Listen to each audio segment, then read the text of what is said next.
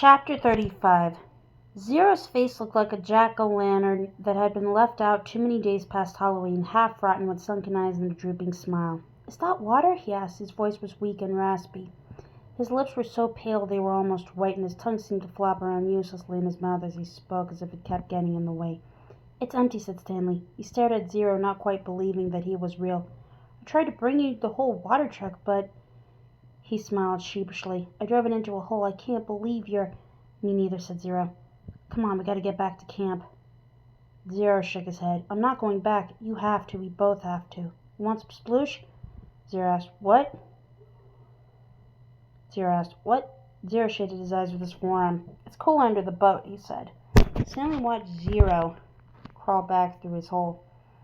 It was a miracle he was still alive, but Stanley knew he would have to get him back to camp soon, even if he had to carry him. He crawled after him and was just able to squeeze his body through the hole. He never would have fit when he first came to Camp Green Lake. He'd lost a lot of weight. As he pulled himself through, his leg struck something sharp and hard. It was a shovel. For a second, Stanley wondered how it got there, but then remembered that Zero had taken it with him after striking Mr. Pendanski. It was cool under the boat, which was half buried in the dirt. There were enough cracks and holes in the bottom of the boat, now the roof, to provide light and ventilation. He could see empty jars scattered about. Zero held a jar in his hand and grunted as he tried to unscrew the lid. "What is it? Sploosh!" His voice was strained as he worked on the jar. "That's what I called it. They were buried under the boat." He still couldn't get the lid off. "I found 16 jars. Here, hand me the shovel." Stanley didn't have a lot of room to move. He reached behind him, grabbed the wooden end of the shovel, and held out to Zero blade first. "Sometimes you just have to," Zero said. Then he hit the jar against the blade of the shovel, breaking the top of the jar clean off. He quickly brought the jar to his mouth and licked the sploosh off the jagged edges before it spilled. "Careful," Stanley warned. Zero picked up the cracked lid and licked the sploosh off that as well. Then he handed the broken jar to Stanley. "Drink some." Stanley held it in his hand and stared at it a moment. He was afraid of the broken glass. He was also afraid of the sploosh. It looked like mud. Whatever it was, he realized it must have been in the boat when the boat sank. That probably meant that it was over 100 years old. Who knew what kind of bacteria might be living in it? "It's good," said Zero, encouraging him. He wondered if Zero had heard of bacteria. He raised his jar to the mouth and carefully took a sip. It was a warm, bubbly, mushy nectar, sweet and tangy. It felt like heaven as it flowed over his dry mouth and down his parched throat. He thought it might have been some kind of fruit at the same time, perhaps peaches. Zero smiled at him. "I told you it was good." Stanley didn't want to drink too much, but it was too good to resist.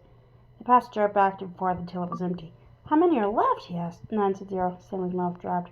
"Now I have to take you back," he said. "I'm not digging any more holes," said Zero. "They won't make you dig," Stanley promised. "They'll probably send you to a hospital like Barf Bag." "Barf Bag's such an rattlesnake," said Zero. Stanley remembered how he'd almost done the same. "I guess he didn't hear the rattle." "He did it on purpose," said Zero. "You think?" He took off his shoe and sock first. Stanley shivered as he tried to imagine it. "What's Maria Luo?" asked Zero. "What?" Zero concentrated hard. "Maria Luo. I have no idea. I'll show you," said Zero. He crawled back from out under the boat. Stanley followed back outside. He had to shield his eyes from the darkness. Zero walked around to the back of the boat and pointed to the upside-down letters. "Arya Luo." Stanley smiled. "Mary Lou, it's the name of the boat." "Mary Lou," Zero repeated, studying the letters. I thought Y made a U sound." "It does," said Stanley, "but not when it's at the end of a word.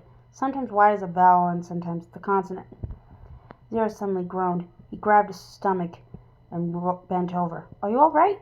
Zero dropped to the ground. He lay on his side with his knees pulled up to his chest and continued to groan. Stanley watched helplessly. He wondered if it was the sploosh. He looked back toward Camp Green Lake. At least he thought it was the direction of Camp Green Lake. He wasn't entirely sure. Zero stopped moaning and his body slowly unbent. "I'm taking you back," said Stanley. Zero managed to sit up. He took several deep breaths. "Look, I got a plan so you won't get in trouble," Stanley assured him. "Remember when I found the gold tube? Remember I gave it to X-Ray and the one went crazy making us dig where she thought X-Ray found it? I think if I tell the warden where I really found it, I think she'll let us off. I'm not going back, said Zero. You've got nowhere else to go, said Stanley. Zero said nothing. You'll die out here, said Stanley. Then I'll die out here. Stanley didn't know what to do. He had come to rescue Zero, instead drank the last of his sploosh.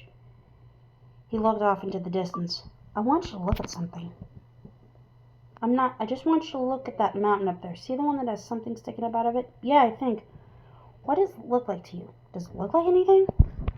Zero said nothing, but as he studied the mountain, his right hand slowly formed into a fist. He raised his thumb. His eyes went from the mountain to his hand, then back to the mountain.